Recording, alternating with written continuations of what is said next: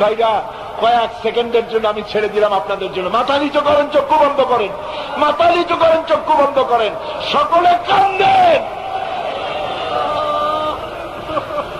যার যার নিজের কথা আল্লাহরে কন, যার যার মনের কথা আল্লাহরে বলেন, দোয়া কবুল হবেই হবে ইনশাআল্লাহ। আসসালামু আলাইকুম ওয়া রাহমাতুল্লাহি ওয়া বারাকাতুহু। বন্ধুরা, আজকে আমরা যে ভিডিওটা দেখব সেটা হচ্ছে দেলোয়ার হোসেন সাঈদীর। দেলোয়ার হোসেন সাঈদী হচ্ছে একজন দ্বীনের দায়ী। কয়েক মাস আগে দেলোয়ার হোসেন সাঈদী মারা গেছেন, আর তার আগে কারাগারে বন্দী ছিলেন। আর তার আগে যে সমস্ত কথাগুলো, যে সমস্ত বক্তব্যগুলো করে গেছেন, সেই বক্তব্যগুলো সারা জীবন সমস্ত মুসলমানের অন্তরে রয়ে যাবে। তো আজকে আমরা যে ভিডিওটা দেখব সেই ভিডিওর টাইটেল হচ্ছে যে মুনাজাত ইন দ্য ওয়ার্ল্ড। তো বন্ধুরা, ভিডিওটা খুবই ইন্টারেস্টিং হবে। আর আপনি যদি দেলোয়ার হোসেন সাঈদীকে ভালোবেসে থাকেন তাহলে ভিডিও শেষ পর্যন্ত অবশ্যই জুড়ে থাকবেন। তো বন্ধুরা, চলেন সময় নষ্ট না করে ভিডিওটা শুরু করি। রব্বানা যালামনা আনফুসানা ওয়া ইন লাম তাগফির লানা ওয়া তারহামনা লানাকুনান্না মিনাল খাসিরিন।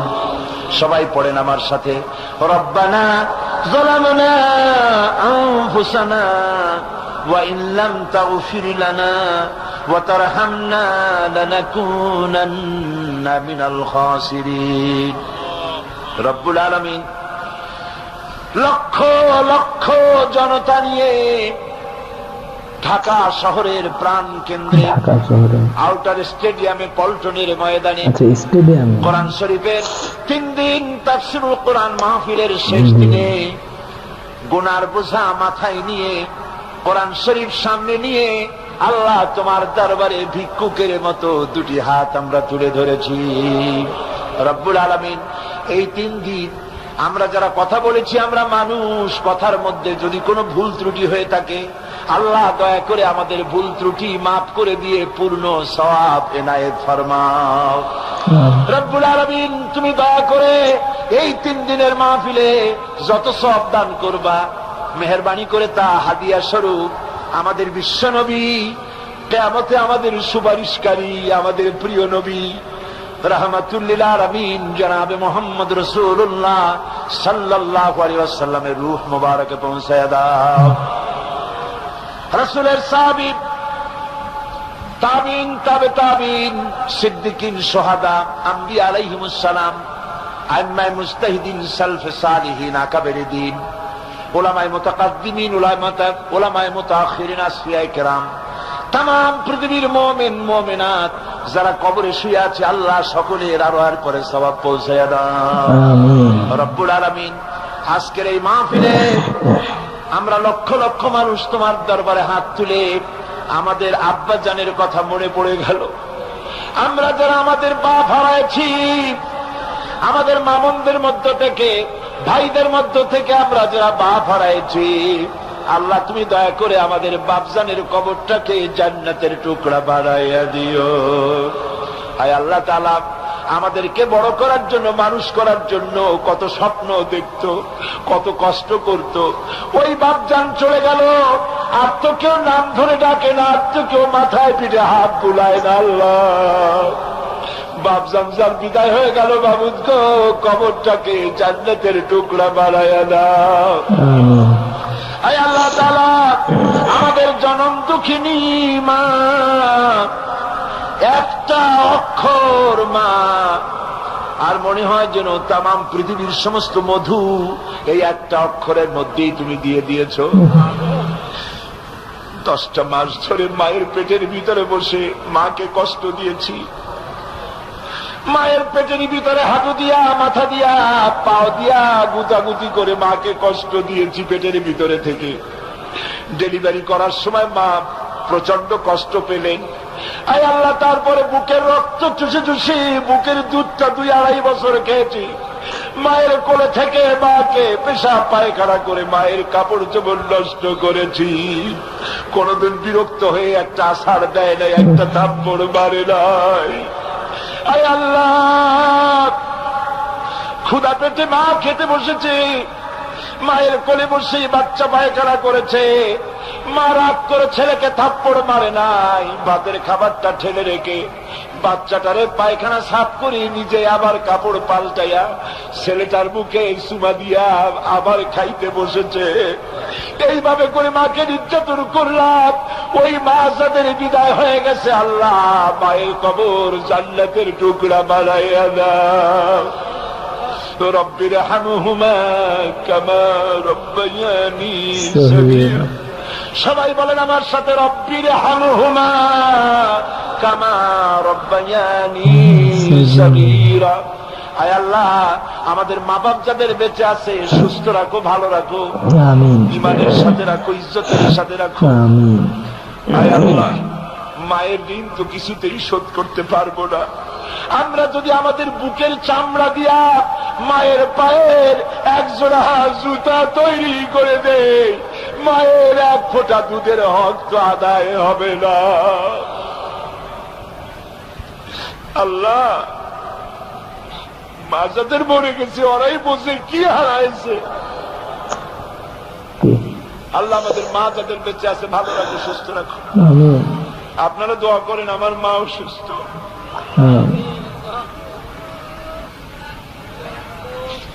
আল্লাহ মাকে সুস্থ করে দাও। তার যদি হায়াত না থাকে, ঈমানের সাথে সম্মানের সাথে তোমার কাছে উঠায় নাও। বিছানায় কষ্ট দিও না বাবু।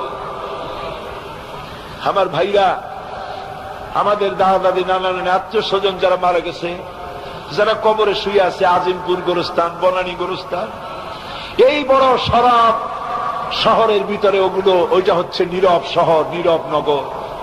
কত হাজার হাজার মানুষ শুয়ে আছে, লাখ লাখ মানুষ কবরের মধ্যে। তুমি যদি আযাব দাও, কেউ রক্ষা করতে পারবে না বাবু। আমাদের আত্মীয় স্বজন মুরব্বীরা যারা মারা গেল, তাদেরকে তুমি মাফ করে দাও রব্বুল আলামিন। এই মাহফিলের ভিতরে চোর থাকতে পারে, ডাকাত থাকতে পারে, জেনাকার থাকতে পারে, মদখোর থাকতে পারে, আবার এই মাহফিলের ভিতরে তোমার ওলিরাও থাকতে পারে রব্বুল আলামিন। আলেম ওলামা পীর বুজুর্গ মাহফিলে আছেন, মাসুম বেগুনা বাচ্চারাও আছে। আমরা জানি ধান বিক্রি করার সময় ধানের ভিতরে চিটাগুলিও বিক্রি হয়ে যায়, ভালো ভালো তরকারির সঙ্গে পোকা তরকারি গুলিও বিক্রি হয়ে যায়। রব্বুল আলামিন, আজকের ভালো ভালো লোকগুলির সঙ্গে আমাদের মতো গুনাহগার লোকগুলিও তুমি চালাইয়া দাও রব্বুল আলামিন। তোমার আরশে আজিম থেকে পল্টনের ময়দানের দিকে একটু রহমতের নজরে তাকাও। বাইরা কাঁদবেন, কাঁদবেন, আল্লাহ তোমার রহমতের নজর দিয়ে তাকাও। পল্টনের মাঠের দিকে তাকাও রব্বুল আলামিন। পল্টনের লক্ষ লক্ষ জনতার কান্নার আওয়াজ মদিনায় পৌঁছাইয়া দাও। আয় আল্লাহ তাআলা, এইভাবে যদি আমরা মায়ের কাছে দাঁড়াইয়া মা মা বলে যদি কাঁদতাম, এমন নিষ্ঠুর মা নাই যে কোলে না দিয়া পারে।